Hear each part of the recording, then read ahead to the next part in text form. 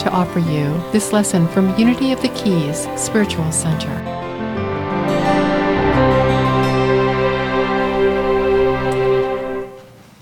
Once upon a time, there was an old hen, a peacock, that was dying and very stiff and very uncomfortable. And she was commiserating to the bull, her friend. I used to be able to fly to the top of that tree, but I can't anymore. I can hardly even move. And the bull said to her, "You should eat a little bit of my dung. It's sacred in India. They burn it in ceremonies. People use it like a sacred herb to purify their body. I bet if you ate a little bit of my dung, that you would be able to fly to the top of that tree again." So the hen figured, what the heck? I'm half dead as it is. I might as well try eating the dung. So she ate a little dung, and lo and behold, the very first day, she was able to get to the lowest branch. So she thought, wow, I have found the fountain of youth here. It's not like I thought it would be. But she took a little bit more dung the next day and got up to the middle branch. And then on the third day, all the way to the top. And there was an old farmer sitting on his back porch, looked up at that old fat hen, shot it dead, cooked it for breakfast. The moral of the story? BS might get you to the top, but it's not going to keep you there.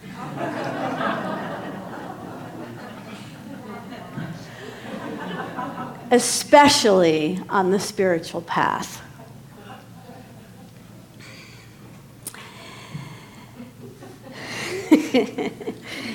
On the spiritual path, you can get a lot of outward manifestations, and they're meaningless. If you focus your mind on just about anything, you can make an effect. But whether you can sustain the consciousness for whatever healing you need, whatever prosperity you need, whatever relationship piece, all of that really is dependent on something that can't be seen and can't be determined in that way. On the spiritual path, silence is the essential practice. Silence is part of the reason that we're here. Silent unity. That's the name that this little band of people over 100 years ago gave to this movement that was healing people, that literally the blind began to see, and people with catastrophic illness completely healed. And people with limps could walk steady. So there's a lot of physical healing going on. But that really wasn't the core of this movement. The core of this movement was the awakening in consciousness that went on with this little band that called themselves originally the Society of Silent Help, that met in the living room of Myrtle Fillmore to experiment in truth. And the way they experimented was they affirmed health, they exercised, they had a vegetarian diet, they farmed together, they sang joy songs, they chanted, they meditated, they even practiced yoga. In the early days of Unity, in the curriculum of the churches, they taught yoga and Native American spirituality. They were much more progressive than most Unity churches are today. Because they were learning from a woman who taught them the world Bibles. who actually was fluent in many languages, Emma Curtis Hopkins. She was brilliant. And so she could quote from all these different teachings who were essentially saying the same thing. Be still and know that I am. Go within or go without, one of my ministers used to say. Go within. Silent unity was the name they finally came to represent their core understanding at that time. That through silence and prayer and meditation, you can attain that stillness and then maintain it in your life. There was a guru named Bird's Nest Baba, and people used to go and he would be up in a tree and they would ask him questions. Baba, what's the meaning of life? And Baba one time said to this group of people, you hippies from the West, you think that you know everything because you say things like, I know how to type so well. Back then they had typewriters and that was really cool. I could type with my eyes closed.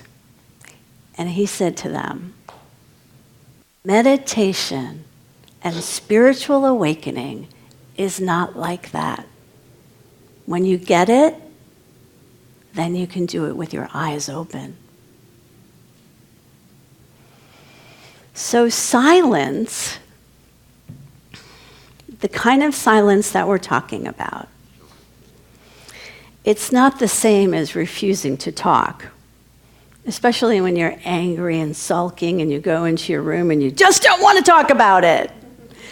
That is not the kind of silence that we're talking about. Or the kind of silence when you zip it up and choke back that sarcastic, nasty remark and swallow your harsh words. None of that has anything to do with this discipline that we're calling silence. Silence doesn't happen right away. You can make a vow of silence for a day. And what will happen usually is that you'll be pretty unhappy because the contents of your mind, because you are becoming very able to focus on what's happening inside of you and you're not constantly chattering and focusing on conversation out there, is that the mind becomes very fast and starts chattering. And all those awful, terrible, no good thoughts that you have been suppressing come up. And that's why a lot of people can't meditate. They can't be still. Because when they do, they don't like it. They don't like what they feel. They don't like what happens to the mind.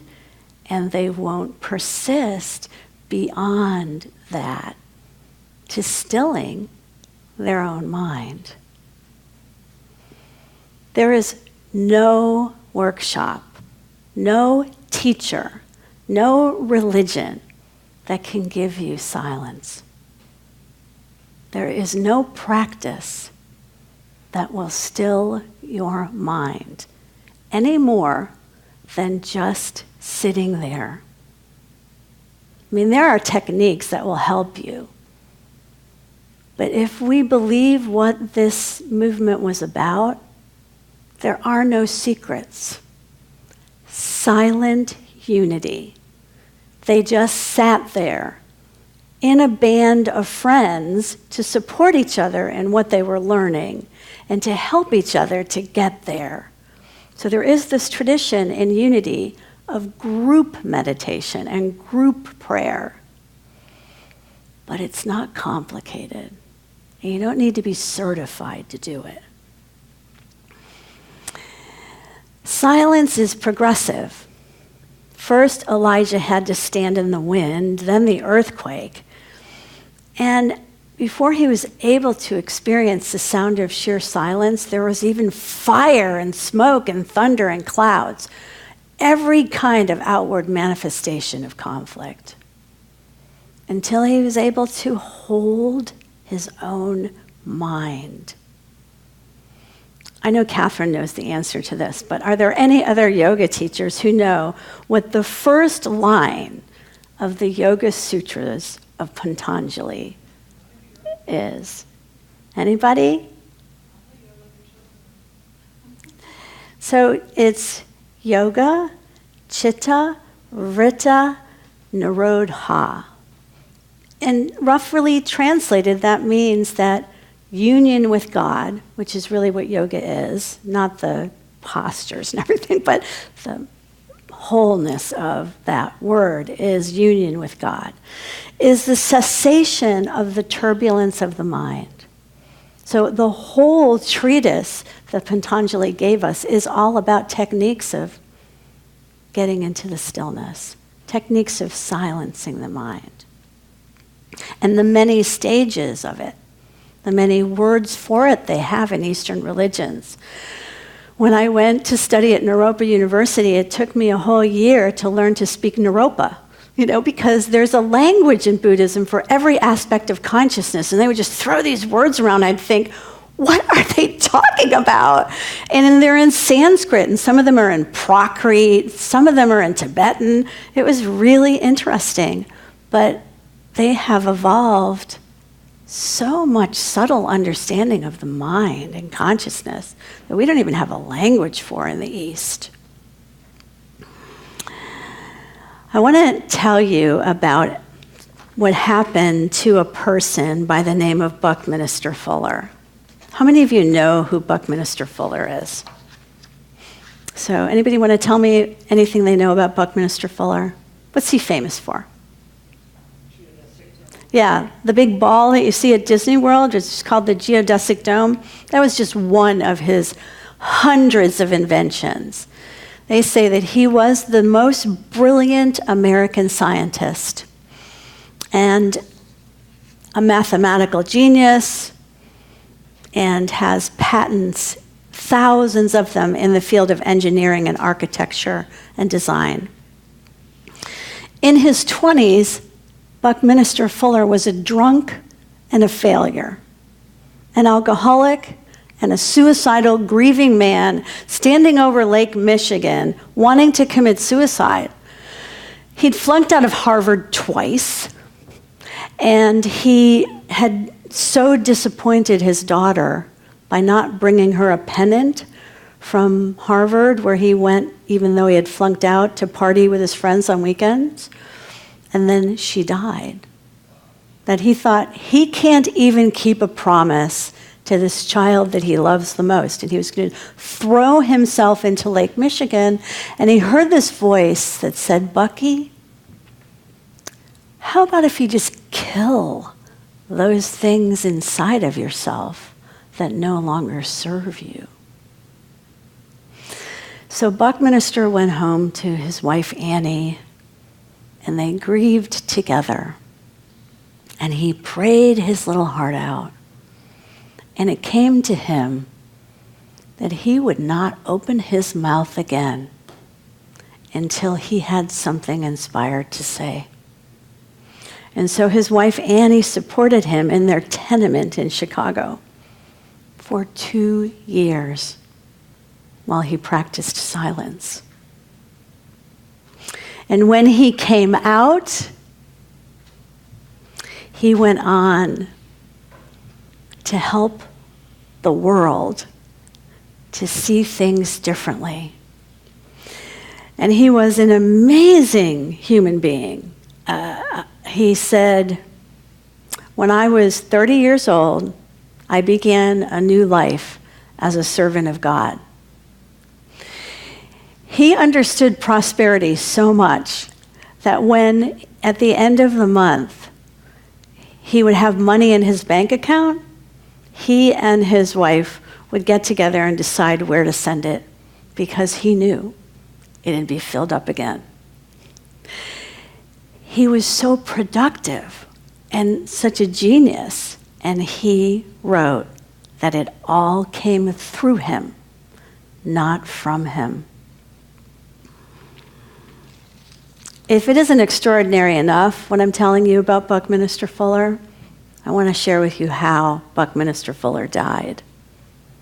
Annie was younger than him, so he would always tell her, and she was afraid of death.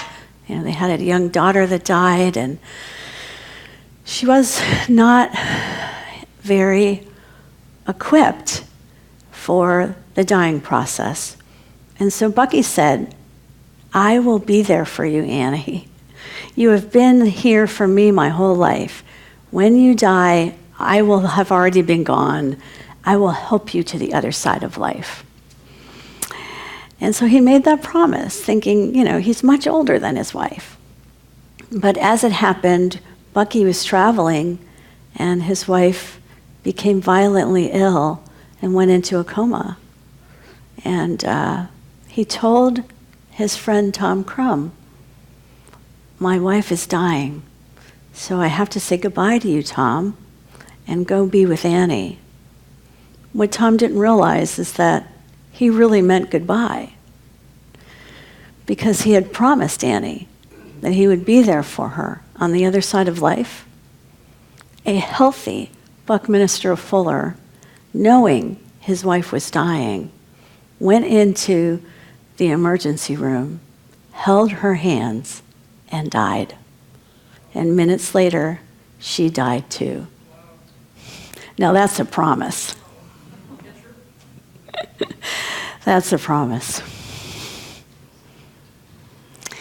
So let's take a moment and close our eyes and be still. And just breathe. And take in this awareness that there is so much more to life than what is outside of us. That there is a whole world within, beyond words, beyond concepts or techniques. And in the power of this place, let's affirm for each other that we will be still and know God in the midst of us is here. And as Lori said so beautifully, is perfect peace right here, right now. Let's affirm for each other that silent unity lives in us and with each other. And we have this community of practice.